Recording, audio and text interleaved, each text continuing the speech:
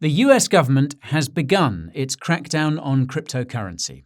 As you watch this video, regulators of all kinds are reining in crypto projects, protocols, and companies. This coordinated crackdown is being called Operation Chokepoint 2 by the crypto community. The term was coined by Castle Island Ventures partner Nick Carter, who was the first to sound the alarm. So today, I'm going to tell you everything you need to know about Operation Chokepoint 2, reveal which projects, protocols, and companies are at risk, and when this crackdown on crypto could end. I'll start by saying that some of the information in this video comes from an article Nick published late last week.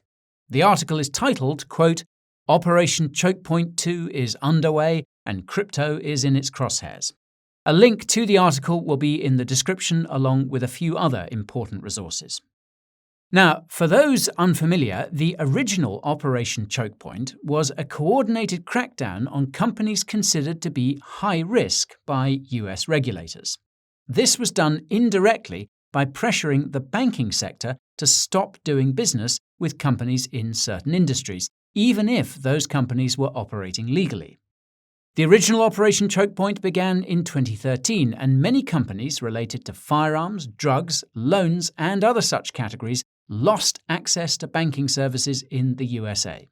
Now, Chokepoint was controversial, mainly because it was never formally voted on by US politicians. It was a rogue operation of sorts. The origin of Operation Chokepoint is believed to be the United States Department of Justice, or DOJ, allegedly acting on the orders of then-President Barack Obama. However, there's evidence to suggest that the real origin of Operation Chokepoint was the Consumer Financial Protection Bureau, or CFPB. The CFPB was first proposed by Elizabeth Warren way back in 2007.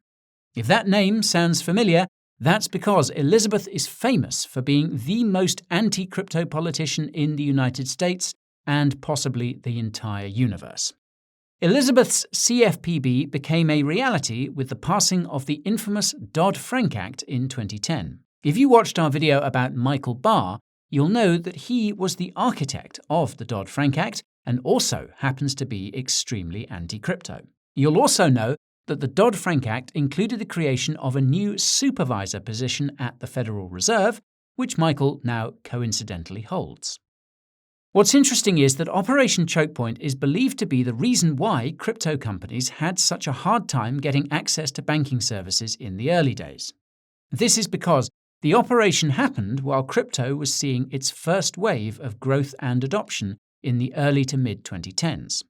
As Nick explains in his article, the inability of the crypto industry to access onshore banking services quickly led to the rise of offshore alternatives, notably Tether's USDT stablecoin. Operation Chokepoint was ended in 2017 by then-President Donald Trump, but the banking discrimination continued. Nick points out that banks were pressured to stop working with oil companies in late 2017 and with firearms companies in 2018. He also points out that some US politicians were encouraging more banking discrimination for specific industries in 2019. As for cryptocurrency, banking services in the United States temporarily improved in mid-2020 when the Office of the Comptroller of the Currency, or OCC, allowed federally regulated banks to custody crypto. Now, I remember this headline well, and I reckon it was one of the key catalysts for the crypto bull market. Not surprisingly, the OCC chair who gave the green light was Brian Brooks, who had previously been Coinbase's chief legal officer. Under Brian's rule, the OCC introduced another positive banking provision in late 2020, which required banks to provide fair access to banking services for all customers. Unfortunately, Brian left the agency in January 2021, and just a few days later, the OCC put a pause on the fair access rule. Michael Hsu became the acting OCC chair in mid-2021, and he reportedly believes that crypto should be cut off from the financial system because it's a risk to financial stability. So this brings me to Operation Chokepoint 2, which can be summarized as a rogue operation by US regulators to make it difficult for crypto companies and crypto projects to get access to banking services. It's not entirely clear when Operation Chokepoint 2 began, but my guess is sometime in early 2022. This is because early 2022 is when JP Morgan suddenly closed the bank account of Uniswap founder Hayden Adams. In a reply to Hayden's tweet about it, former CFTC Commissioner Brian Quintez said it was because the Fed and the OCC had been instructed to pressure banks to unbank risky entities. This begs the question of who gave the instructions for this crackdown, and, according to Nick, the answer is the Biden administration, or, more accurately, the Democratic Party. This wouldn't be all that surprising, considering that the most anti-crypto politicians are all Democrats. By contrast, the most pro-crypto are Republican. Note that I'm not being partisan here. I think both sides suck. This partisan stance is just something I've picked up from watching over a dozen congressional hearings about cryptocurrency. I'll leave a link to the most recent crypto hearing we summarized in the description so you can see for yourself. Now, even if Operation Chokepoint 2 began in early 2022, it didn't seem to affect the crypto industry much until recently. I suspect this is because the anti-crypto US politicians were busy with the 2022 midterm elections. There also wasn't anything in the crypto market they could use as justification. Don't get me wrong, the collapse of Terra, the implosion of Three Arrows Capital, and the insolvency of Celsius all attracted the attention of US politicians. The thing is that none of these three events involved banks. The first was a crypto, the second was a hedge fund, and the third was a platform. In early November 2022, the anti-crypto politicians got their perfect justification for the operation: FTX and Alameda Research. Now, unlike prior crypto calamities, the collapse of FTX and Alameda affected Silvergate, a US bank. Silvergate experienced a multi-billion-dollar bank run that it barely survived. This ties into Nick's timeline of Operation Chokepoint 2, which begins with a letter sent to Silvergate on the 6th of December by Elizabeth Warren and other anti-crypto politicians. Obviously, the letter blasted Silvergate for doing business with high-risk companies like FTX and Alameda Research. The very next day, another crypto-friendly bank called Signature announced that it would be cutting deposits from crypto customers in half. In other words, it would be forcing its crypto customers to withdraw their money and take it elsewhere, and possibly even shuttering some of their accounts. Now, the 3rd of January this year seems to have been the official start of Operation Chokepoint 2. That's because it was the day when the Federal Reserve, the Federal Deposit Insurance Corporation, or FDIC, and the OCC put out a statement suggesting that banks stop holding crypto and stay away from crypto customers. A few days later, Silvergate and Signature were downgraded by ratings agencies for their crypto connections. A major New York City bank also announced that it would be exiting the crypto industry. Moonstone Bank made the same announcement, and I'm surprised it didn't get any scrutiny. If you watched our video about SBF's secret bank, you'll know that Moonstone, aka Farmington, was a federally registered bank with some questionable connections to the likes of Tether and Jeffrey Epstein. Somehow, Moonstone escaped the same scrutiny some of the other banks that were used by FTX and Alameda received. Speaking of which, 2 days later, the Wall Street Journal reported that Silvergate and Signature had both taken loans from mortgage banks in the United States. I imagine this headline was intended to make the average American think that the US housing market is at risk because of the crypto market. At the end of January, the Fed introduced a new policy which would basically make it harder for crypto banks to get off the ground at the state level.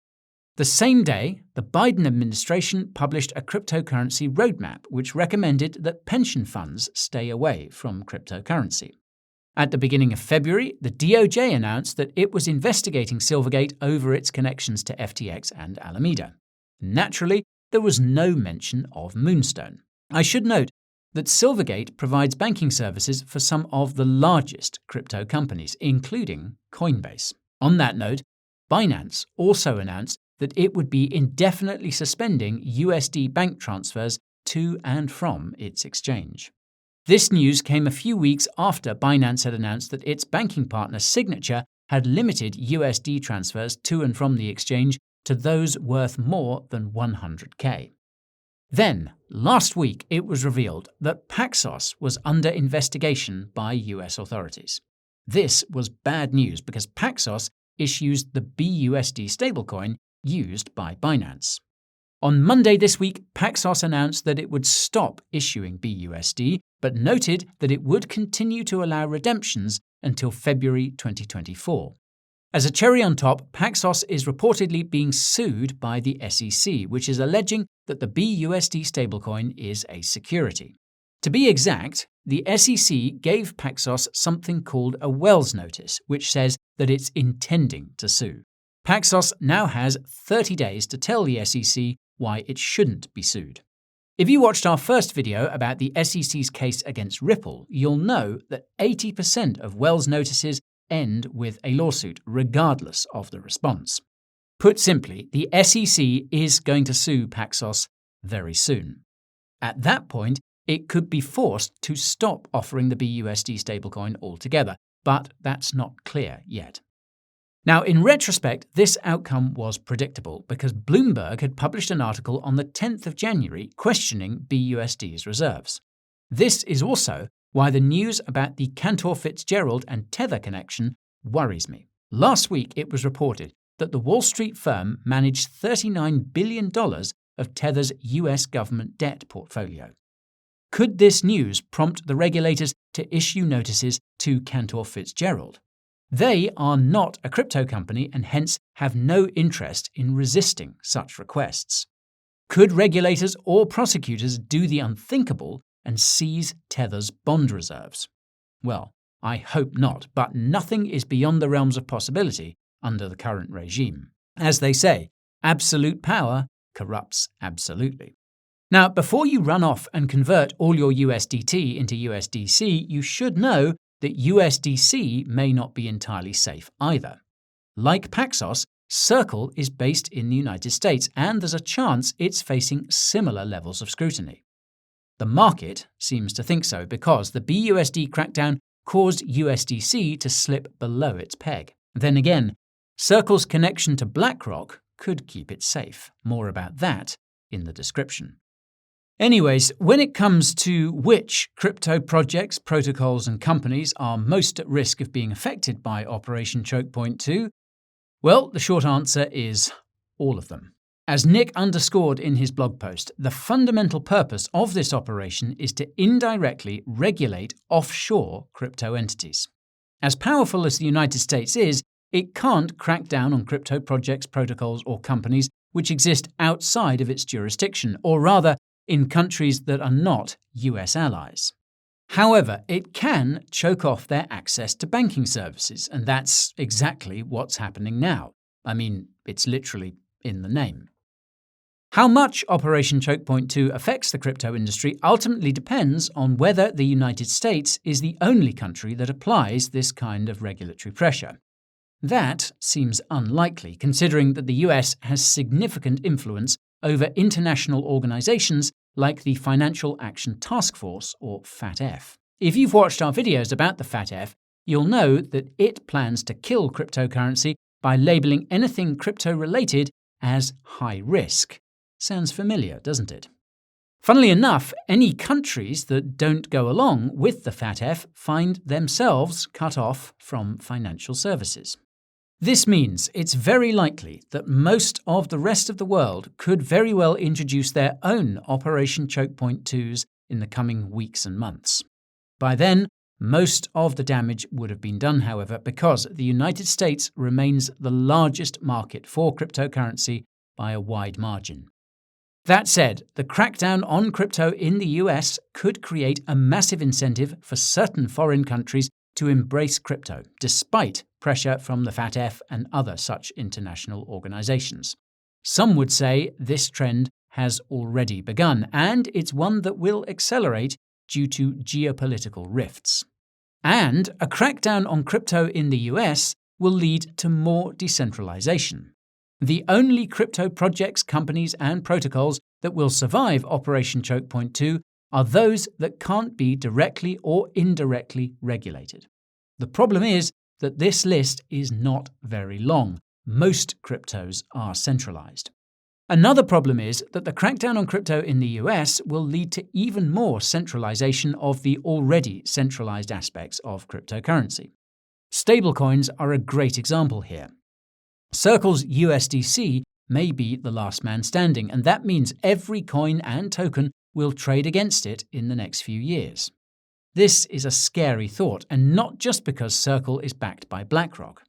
Circle has actively been exploring the possibility of developing a central bank digital currency, or CBDC, and the World Economic Forum and others have been actively discussing the possibility of a so-called synthetic CBDC. The idea that every cryptocurrency could soon trade against a CBDC is terrifying, and yet it would be the perfect way for the people in power to take control of the industry. Never mind that Ethereum creator Vitalik Buterin has already admitted that Circle has the power to decide future Ethereum forks. Now, the silver lining to this outcome, if it indeed occurs, is that it would significantly increase the demand for a truly decentralized stablecoin. By this point, the crypto market would be much larger than it is now, which means it would be much easier to develop this kind of stablecoin from a financial and manpower perspective. However, this all assumes that Operation Chokepoint 2 will continue, and this seems unlikely. For starters, it's possible that US politicians will introduce reasonable crypto regulations sometime later this year. With some luck, regulatory clarity for crypto will make it impossible for the operation to keep going. If no reasonable crypto regulation comes around, then the next date to jot down will be the 2024 election. Recall that the original Operation Chokepoint was axed by the Republican leadership in 2017. As Nick notes in his article, a Republican victory would mean the end to the second version in early 2025. That's almost 2 years from now, but it's consistent with when the next crypto bull market will be back in full swing. It also happens to be when central banks will be allowed to hold cryptocurrency on their balance sheets. You can learn more about that using the link in the description. Now, before you get too down, I'll remind you that the United States isn't the only country on the planet, and it's certainly not the only place where people buy crypto. If you've been keeping up with the channel, you'll know that the UK and EU will be introducing crypto regulations in the coming months. If you've watched our videos about those crypto regulations, you'll know they're actually pretty damn bullish. In fact, they suggest that foreign jurisdictions are very eager to import all the crypto projects, protocols, and companies that the US is in the process of effectively exporting. More importantly, the pro-crypto regulations in places like the UK and EU suggest they won't be introducing their own Operation Chokepoint 2s. This is a bigger deal than you think, because it simultaneously suggests these jurisdictions aren't as eager to go along with the US as they once were. Call me crazy, but I think this is due to a combination of the war in Ukraine and the not-so-subtle fight over renewable energy resources. The energy, inflation, and social issues caused by the war in Ukraine have been felt most by the UK and the EU, and the US doesn't seem to care. That is putting it lightly. To add insult to injury, the Biden administration recently passed the deceptively titled Inflation Reduction Act, which essentially lured all of the UK and EU's top renewable energy talent to the US with billions of dollars of printed money. That's right, printing billions will cause inflation to come down. In all seriousness, if you watched our video about online censorship, you'll know that the EU responded to the Inflation Reduction Act by passing the Digital Markets Act, which does direct damage to big tech. It wouldn't surprise me at all if the EU's pro-crypto stance is a continuation of this subtle retaliation against the US. Now, in any case, it's clear that the crypto market has a couple of rough months ahead of it. We may indeed see another leg lower in prices, but trust me when I say that it won't last forever. Crypto will come back eventually, and I'm confident we'll be back to much higher levels by the halving. That is early 2024, so mark your calendars.